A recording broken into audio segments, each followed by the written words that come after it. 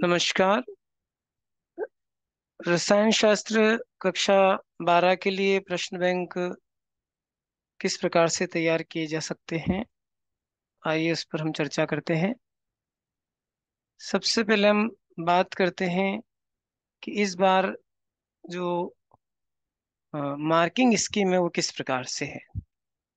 तो higher secondary परीक्षा 23-24 के लिए जो मार्किंग स्कीम दी है उसमें वस्तुनिष्ठ प्रश्न 1 अंक के कुल 28 प्रश्न होंगे, 28 अंक के। अति लघु उत्तरीय प्रश्न 2 अंक के 7 होंगे, कुल 14 अंक। लघु उत्तरीय प्रश्न 3 अंक के जो कि 4 होंगे, कुल 12 अंक। और एनालिटिकल क्वेश्चन या थोड़े से बड़े प्रश्न 4 अंक के 4 होंगे, कुल 16। इस प्रकार से 70 अंक का ये प्रश्न पत्र है। अब इस मार्किंग स्कीम में हमको यदि हम बात करें कि वस्तुनिष्ठ प्रश्न कैसे होंगे, तो बहुविकल्पी प्रश्न 6 होंगे, 6 नंबर के। रिक्त स्थान 6 नंबर के। सत्य सत्य 6 नंबर के। सही जोड़ी बनाइए 5 नंबर के, और एक वाक्य में उत्तर दीजिए 5 अंक। तो इस प्रकार से 28 नंबर में ये 5 प्रकार के वस्तुनिष्ठ प्रश्न जो है ऑब्जेक्टिव टाइप क्वेश्चंस आएंगे। और यदि हम इनका कठिनाई स्तर जांचें तो सरल प्रश्नों का जो प्रतिशत होता है वो 40%, सामान्य प्रश्नों का प्रतिशत 45%, और कठिन प्रश्न 15%। इस प्रकार से कुल 100% जो है ये कवरेज होता है। अब मैंने जो एक इस वर्ष के लिए, जैसे कि अब जब भी आपको जितने भी टीचर्स हैं जब ब्लूप्रिंट बनाए तो वो किस प्रकार से बनाए। भी बिना, जैसे प्रश्न पत्र बनाना है तो प्रश्न पत्र का निर्माण आप बिना ब्लूप्रिंट के नहीं कर सकते। तो आपको एक ब्लूप्रिंट बनाना पड़ेगा। अपने अपने हिसाब से आप अलग प्रकार का ब्लूप्रिंट बना सकते हैं।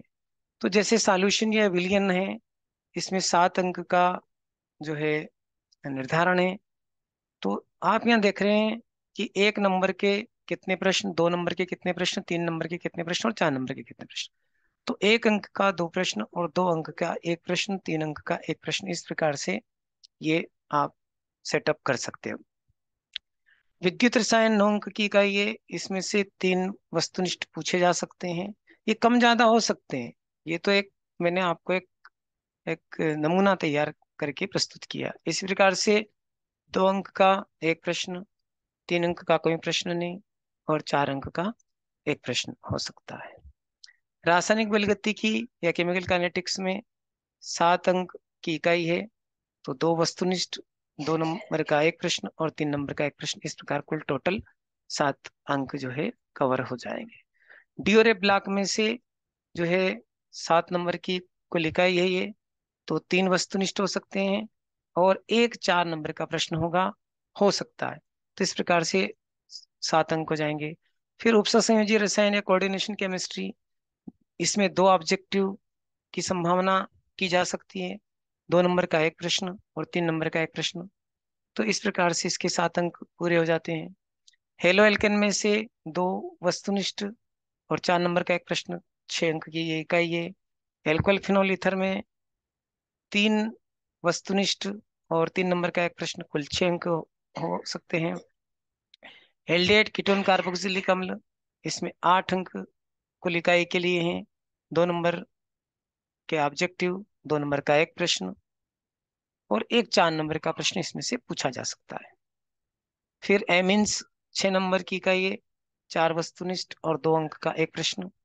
फिर बायोमोलिक्यूल्स या जैव अणु, इसमें 7 अंक इसके निर्धारित हैं, 5 वस्तुनिष्ठ और एक जो है 2 नंबर का प्रश्न हो सकता है।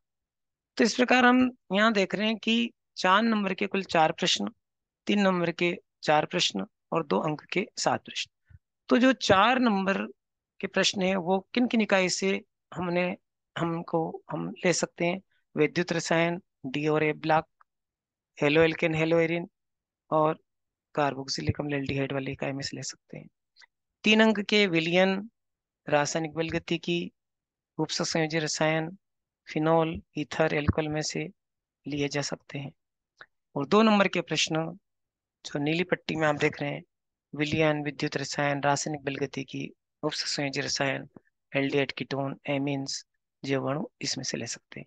कहने का आशय ये, एक आपको प्रश्न पत्र बनाने से पहले अपना एक ब्लूप्रिंट तैयार करना पड़ेगा। और ये ब्लूप्रिंट अलग अलग हो सकते हैं, क्योंकि इस बार माध्यमिक शिक्षा मंडल के द्वारा बोर्ड ने जो है मार्किंग स्कीम दी है, और उस मार्किंग स्कीम के अनुसार आपको एक अपना अपना ब्लूप्रिंट बना करके एक एस्पेक्टेड ब्लूप्रिंट बना सकते हो कि ये इस प्रकार का बन सकता है। तो थैंक यू वेरी मच। इस आधार पर आप यदि प्रश्न पत्र तैयार कर सकते हैं और तैयारी करा सकते हैं।